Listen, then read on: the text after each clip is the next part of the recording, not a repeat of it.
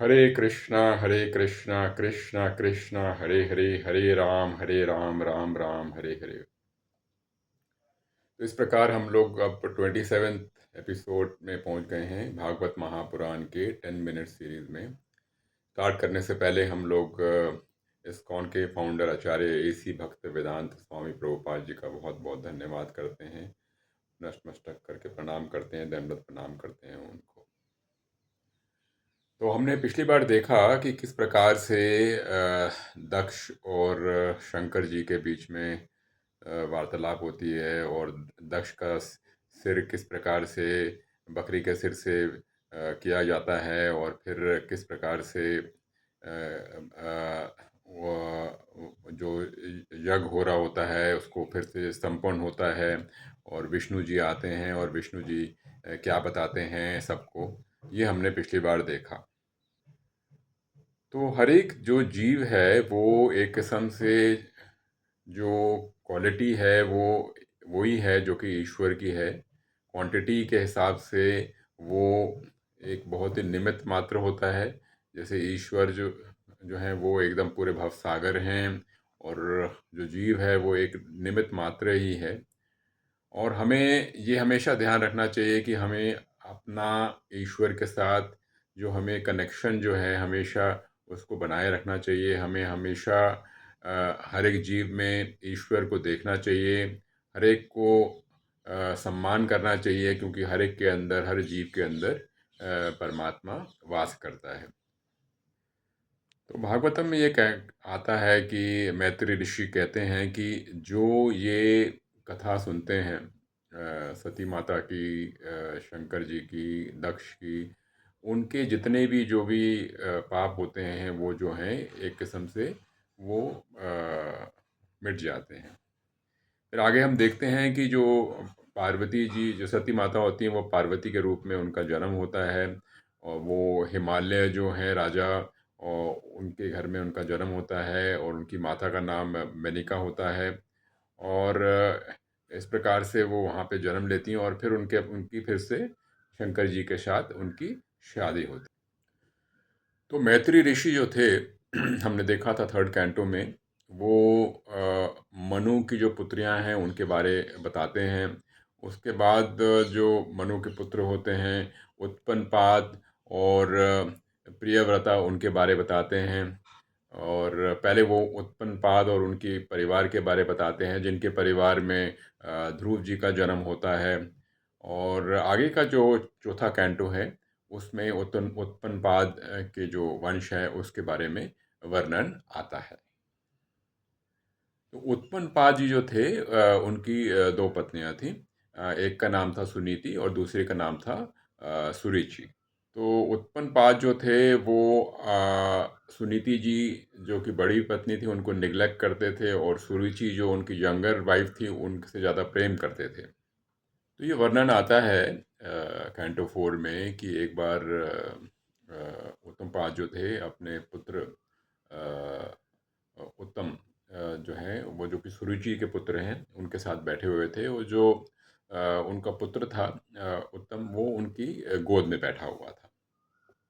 तो उसी समय क्या हुआ कि जो उनकी दूसरी पत्नी होती हैं, बड़ी पत्नी जो होती हैं सुरुचि, जो सुनीति जो होती हैं, उनका पुत्र ध्रुव ध्रुव वो भी आ जाता है और अपने पिता को देखता है, और वो कहता है कि मुझे भी अपने पिता के गोद में बैठना है। तो उस समय सुरुचि भी वहीं पे होती हैं।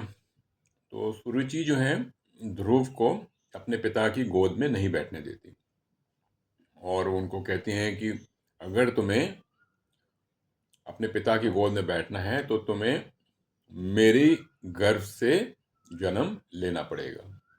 इस प्रकार से जो ध्रुव जी होते हैं उनको दिल को काफ़ी चोट लगती है और वो रोने लगते हैं। तो सुरुचि बोलती हैं कि ध्रुव को कि आपको अगला जन्म लेना पड़ेगा, आपको विष्णु भगवान की पूजा करनी पड़ेगी, आपको जंगल जाना पड़ेगा। ये सब करने के बाद ही जब आप मेरे गर्भ से जन्म लोगे तभी आप अपने पिता के गोद में बैठ सकते हो। जो ध्रुव महाराज के जो पिता होते हैं, उत्तनपाद, वो कुछ भी नहीं बोलते, एकदम शांत रहते हैं। और इसको देख के ध्रुव महाराज को और भी गुस्सा आता है। जिस प्रकार से किसी सांप के पैर पे किसी ने पैर रख दिया, सांप के पूंछ पे किसी ने पैर रख दिया हो, और उस प्रकार से जब सांप तड़प जाता है, उस प्रकार से ध्रुव महाराज भी एकदम तड़प जाते हैं और काफी क्रोधित हो जाते हैं वो।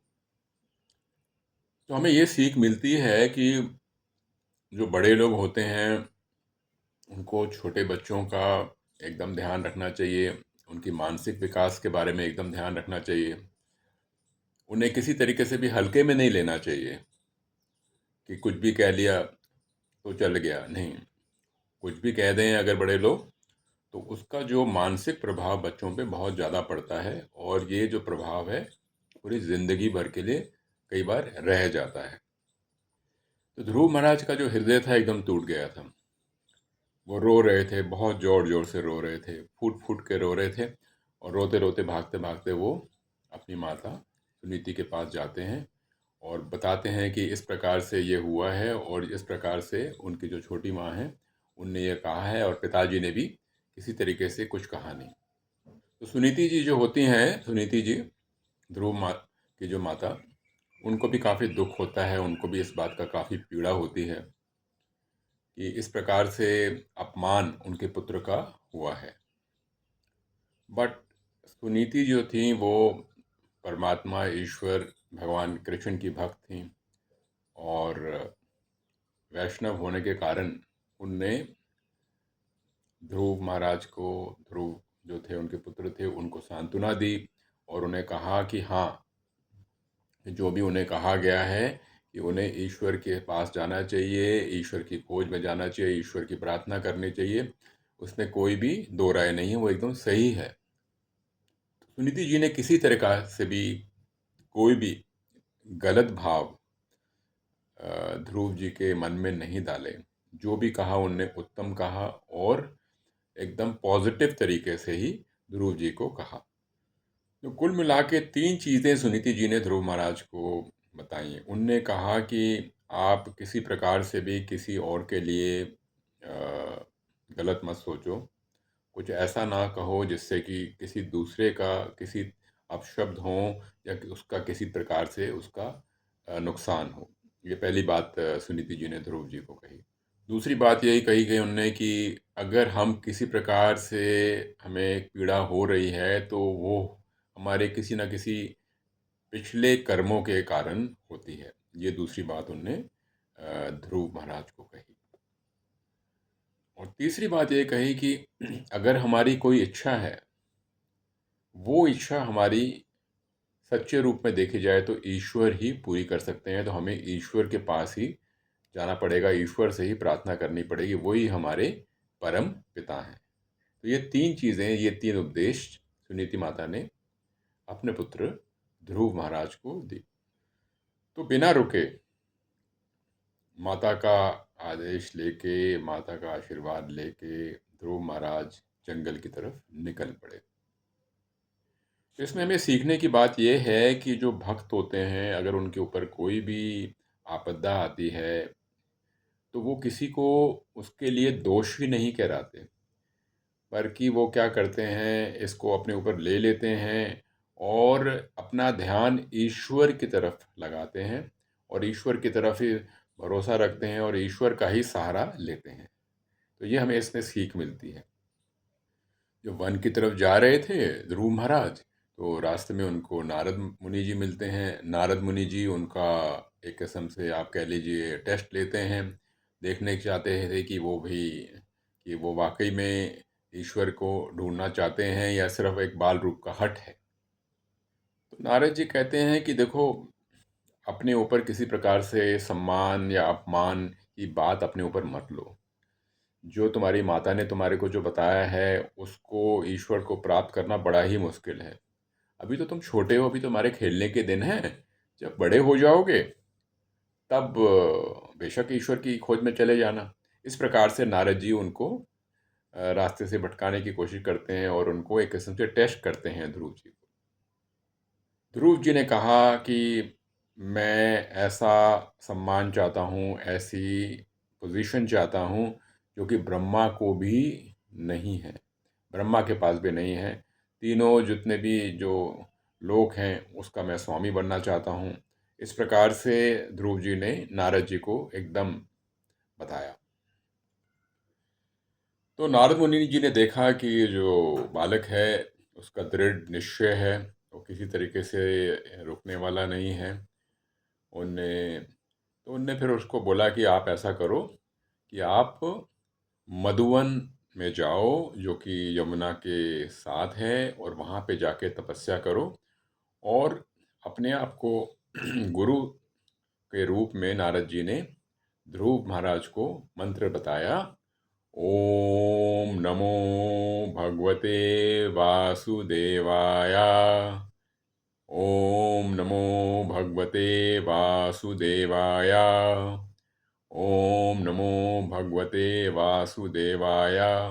तो ये मंत्र नारद जी ने ध्रुव जी को दिया, और इस प्रकार से ध्रुव जी आगे निकल गए मधुवन जंगल की तरफ, यमुना जी के किनारे। हरे कृष्ण कृष्ण कृष्ण हरे हरे, हरे राम राम राम राम हरे हरे।